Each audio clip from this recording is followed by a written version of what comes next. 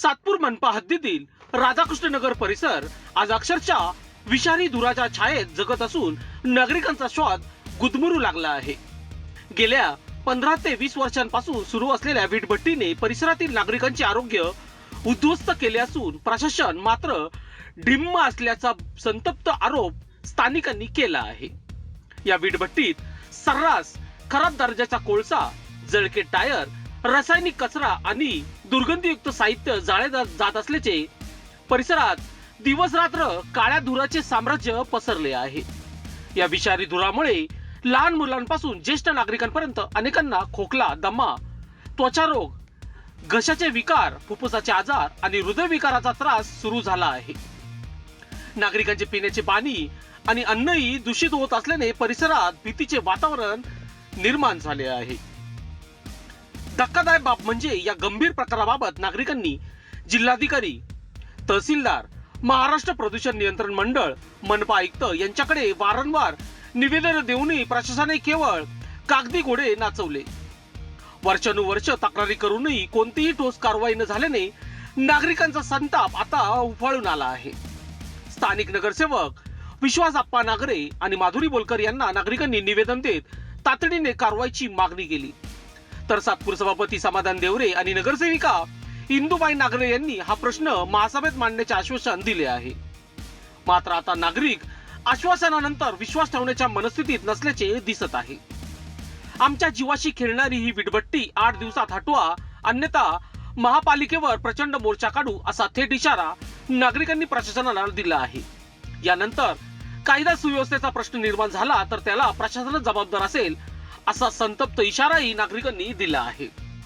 दरम्यान या प्रसंगी मुकुंदा साळवे, वसंत वाघ, दीपक माळी, पंढरीनाथ वाघ, गणेश माळी, जगन्नाथ कदम, सुरेश बाबड, अशोक पवार तसेच महिला कल्पना वाघ, निर्मला कदम, सिंधुबाई भाबाड, मीराबाई साळवे, माया पाटील, साधना महाजन, मेघना वाघ, मीनाक्षी वाघ, संगीता पाटील, संगीता देशमुख, मीनाक्षी पोळ, सारिका थेटे यांच्यासह परिसरातील नागरिक मोठ्या संख्येने उपस्थित होते. लोकशास्त्र न्यूज साठी विशेष प्रतिनिधी सातपूर. अपंग असून मला या विटाभट्टीचा त्रास होतो. त्यामुळे माझी अशी इच्छा आहे की तुम्ही विटाभट्टी लवकरात लवकर दुसरीकडे नेलं तर काही हरकत नाही. कारण काय असतं, आमच्या गल्लीमध्ये सर्वांच्या महानगरपालिका 25 समोर आम्ही जे रहिवासी आहे त्या विटाभट्टीच्या कानापासून आमच्या शारीरिक आम्हाला अपाय होण्याचा संभव आहे. तरी आम्ही एक विनंती करतो की आमच्या भागातून विटाभट्टी दुसरीकडे न्यावी. नाही नेले तर आम्हाला उपोषणाला बसू असं आम्ही ज्येष्ठ नागरिक ह्या नात्याने. तुमचं वय काय बाबा? माझं 80 वय आहे. मीनाक्षी पोळ, राधाकृष्ण नगरच्या आनंद मंगल रो हाऊस नंबर 5 मध्ये राहते. मी जवळजवळ 15 वर्षापासून इथं राहते. या वीटभट्टीच्या त्रासामुळे खूपच हे व्हायला लागलं. आता परेशान झालो आहे आम्ही. वेळोवेळी तक्रार करून सुद्धा त्याची दखल घेतली जात नाही. मला स्वतःला 3 वर्षापासून दम्याचा त्रास चालू झालेला आहे. मला गोळ्या घ्याव्या लागतात त्याच्यामुळे याच्यावर लवकरात लवकर कारवाई करण्यात यावी ही विनंती. जशी कोविड काळात जशी परिस्थिती निर्माण झाली होती तशीच परिस्थिती आता बघायला भेटते का? आता हो, म्हणजे श्वास घेताना सुद्धा आम्हाला शुद्ध ऑक्सिजन मिळत नाही. त्याच्यात सुद्धा म्हणजे धूळ मिश्रितच हवा जाते आमच्या नाकात, तोंडात, जेवणात, कपड्यांवर, घरामध्ये सगळीकडे. आमच्या राधाकृष्ण नगर भागातील वीटभट्टीमुळे सर्व परिसरातील नागरिकांचं आरोग्य खूप धोक्यात आलेलं आहे. त्याच्या धुरामुळे आणि रासायनिक पदार्थ वापरतात त्याच्या काजळीमुळे सर्व अन्नपदार्थ खराब होत आहेत. श्वसनाचे आजार, त्यानंतर दम्याचे आजार, फुफ्फुसाचे आजार जास्त वाढलेले आहेत आणि हवेची गुणवत्ता पण खराब झालेली आहे. त्यामुळे सर्व वृद्ध आणि लहान मुलांचं आरोग्य धोक्यात आलेलं आहे. यासाठी आम्ही प्रशासनास पत्रव्यवहार केलेला आहे. महाराष्ट्र प्रदूषण नियंत्रण मंडळ, कलेक्टर, तहसीलदार, त्यानंतर महानगरपालिका आयुक्त या सर्वांना आम्ही पत्रव्यवहार केलेला आहे. कल्पना वाघ, मी राधाकृष्ण नगरमध्ये राहते. आमच्या घराच्या पाठीमागच वीटभट्टी.